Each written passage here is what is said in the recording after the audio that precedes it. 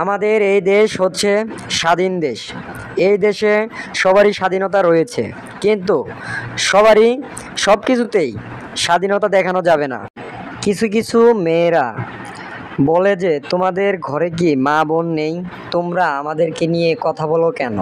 সেই আপুদেরকে বলি যে তোমরা শরীর দেখাবা আর আমাদের যুব সমাজকে ধ্বংস করবা, আর যুব সমাজকে নিয়ে ভণ্ডামি করবা, সেটা তো আমাদের সচেতন নাগরিকরা হতে দেবে না।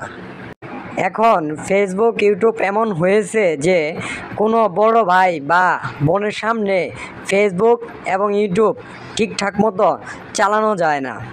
এটা বলার কারণ হচ্ছে যে ফেসবুক চালাতে গিয়ে অনেক সময় না, প্রায় সব সময়ই দেখা যায় যে যেগুলো অশ্লীল ভিডিও এবং অর্ধউলঙ্গ ভিডিওগুলা সবার আগে সবার সামনে চলে আসে।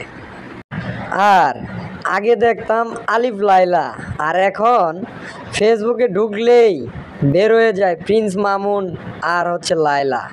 আর একটা কথা, এদিকে তো হিরো আলম আছেই, হিরো আলমের বউ নিয়ে গেছে আরেকজনের বউ নিয়ে আসছে হিরো আলম।